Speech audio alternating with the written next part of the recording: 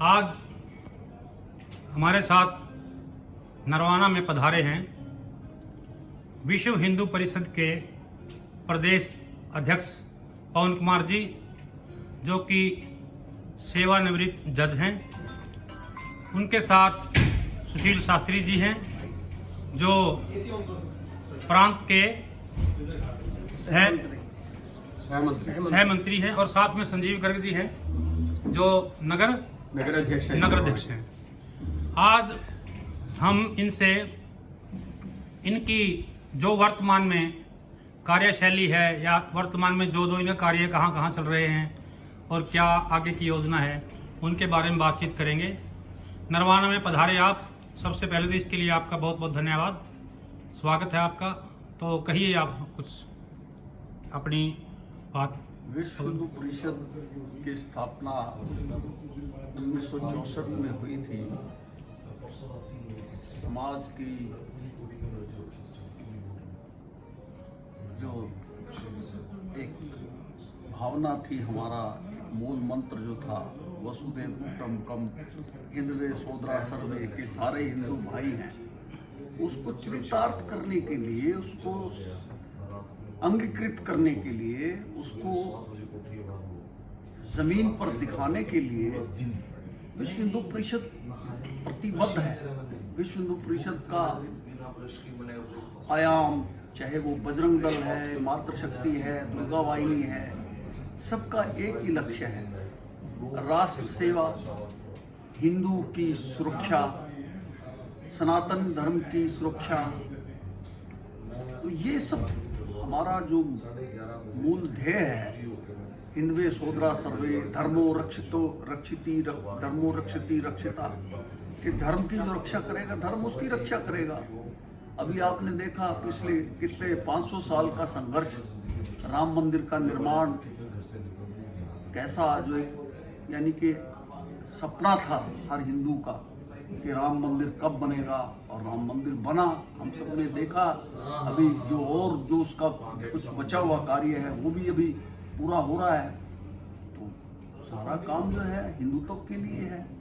और अपना तो विश्व हिंदू परिषद का जो लक्ष्य है, विश्व वसुदेव कुटुंबकम, उसको पूरा करने के लिए हर कार्यकर्ता, हर हमारा जो विश्व हिंदू परिषद का खंड, प्रखंड, जिला, प्रांत, पूरे राष्ट्र का जो दायित्व भी संभाल रहा है केंद्र स्तर पर, सबका एक ही लक्ष्य, देश सेवा, सनातन सेवा, हिंदू सेवा।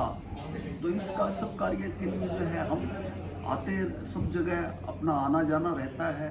हमारे कार्यकर्ताओं का बहुत दिनों से इधर मन था हमारा भी कि भी अपने जो है नरवाना की हमारी जो टोली है उससे मिला जाए। तो सब हमारे सब मातृशक्ति की बहनें, दुर्गा वाहिनी की बहनें, बजरंग दल के जो भाई हैं, हमारे कार्यकर्ता हैं, जिला के, खंड प्रखंड के, वो सब आज आए हुए हैं।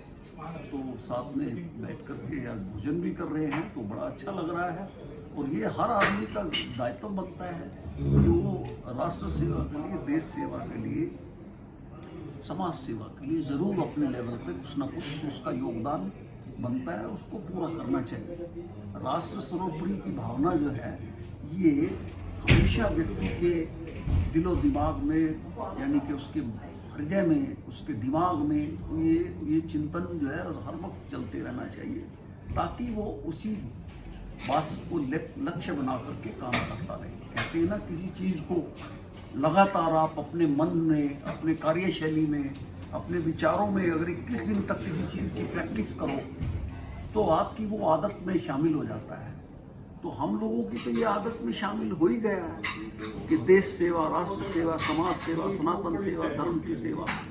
तो हम सब लोग बैठे हैं, ये हमारे सह प्रांत मंत्री हैं, ये हमारे जिला अध्यक्ष संजीव गर्ग जी, सुशील शास्त्री जी हमारे सह प्रांत के मंत्री हैं, बहुत एक्टिवली काम करते हैं। पूरा हर समय हम लोग हर समय जो है इसी बात से, इसी ध्येय को लेकर के काम करते हैं कि राष्ट्र की सेवा, राष्ट्र के सामने क्या क्या चुनौतियाँ हैं, उन पर भी चिंतन रहता है। हमारे देश में कुछ जो चीज़ें हैं, थोड़ा जो परेशान करती है समाज को, थोड़ा सा जातिवाद की समस्या है, हालांकि बहुत निवारण हुआ है, उस पर भी विश्व हिंदू परिषद काम करता है। कि हिंदवी सोदरा सर्वे का भाव तो तभी चरितार्थ होगा, जब वो सत्यार्थ होगा, कि जब वो उसका फलीभूत होगा वो भाव हमारा, कि जब सब हिंदू एक दूसरे के भाई, एक तरह से एक माँ की संतान समझ करके व्यवहार करेंगे, आचरण उनका ऐसा होगा, तो विश्व हिंदू परिषद तो इसी लक्ष्य पे काम कर रहा है और आगे करता ही रहेगा। मुस्लिम बाहुल्य क्षेत्रों में काफ़ी कठिनाइयाँ आती हैं, तो वहाँ पे धार्मिक आयोजनों में जगह जगह पे आप, तो वहाँ पे आपकी क्या योजना रहती है? क्या मेवात क्षेत्र देखो, हमारे हरियाणा में सबसे ज़्यादा हमें दिक्कत मुस्लिम बाहुल्य हमारा मेवात है। 2020 में जब कोरोना काल में कुछ घटनाएं हुई थी तो मुझे भी वहाँ पे एज ए कमीशन में गया था वहाँ पे, तो मैंने रिपोर्ट तैयार की थी कि मेवात की स्थिति बहुत हिंदू के लिए बहुत दयनीय है और हिंदू वहाँ से अधिकतर जो संख्या में है, लगभग 50% की जो पॉपुलेशन के बराबर की, वो आज जो है 2020 में जो है 18% 17% हिंदू वहाँ बचा है, 50% से पलायन हुआ है। लेकिन उसके बाद उस रिपोर्ट के आने के बाद विश्व हिंदू परिषद ने एक वहाँ पे उनके हमारे हिंदू भाइयों का मनोबल बढ़ाने के लिए फिर वहाँ पे जलाभिषेक जो है श्रावण मास का जो प्रथम सोमवार है, जो शिवरात्रि का जो आता है पर्व, उस पर जो है हम सब लोग वहाँ जलाभिषेक यात्रा करने के लिए, हिंदुओं का मनोबल बढ़ाने के लिए पूरे हरियाणा से करीब 10,000 के करीब 10,000 से भी ज़्यादा संख्या में हम लोग जाते हैं और हर गांव में हमारे, चाहे वो जीर मंदिर हो, नल्लड़ मंदिर हो शिव महादेव का, तो सबसे श्रृंगार मंदिर भगवान कृष्ण का जहाँ पे श्रृंगार हुआ था राधा जी के द्वारा, तो उसमें भी हम सब लोग जाके जलाभिषेक करते हैं, पूजा अर्चना करते हैं, उससे मनोबल भी बढ़ा है।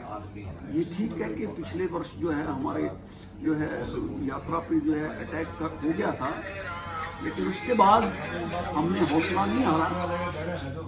विश्व हिंदू परिषद ने और पूरे तन मन धन लगा करके और जो है पूरा मनोबल कार्यकर्ताओं का बढ़ा करके और पूरे जोश से हमने फिर वो यात्रा की, नल्लड़ की यात्रा जो हमारी जो है हमारी मेवात यात्रा, जलाभिषेक यात्रा जो है उसको पूर्ण किया और पूरे हमारे हिंदू भाइयों का मनोबल उसी तरह से फिर ताकि पुनः मनोबल बढ़े और वो यात्रा को इसी तरह हम आगे जारी रखेंगे।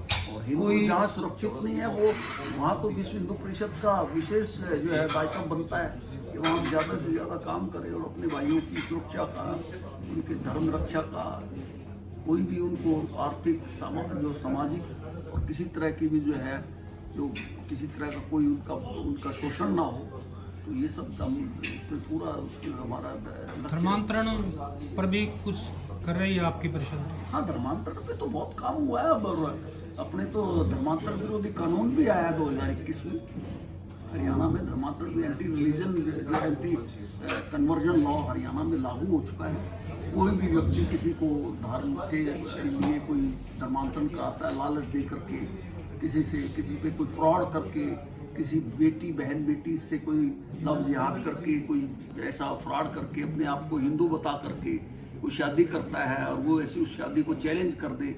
अब तो कानून ये भी आ गया कि कोई भी व्यक्ति अगर कोई शादी करेगा, अपना धर्म चेंज करेगा, तो उसके लिए जो है डीएम को इन्फॉर्मेशन देनी है। अगर वो डीएम को इन्फॉर्मेशन नहीं देगा, कोई शादी करनी है उसने, तो वो शादी अवैध मानी जाएगी। तो और उसमें फिर जो है सजा का प्रावधान है। कोई पादरी, कोई मौलवी, कोई फ्रॉड दे करके, लालच दे करके अगर किसी का धर्मांतरण कराता है तो उसमें सजा का प्रावधान है।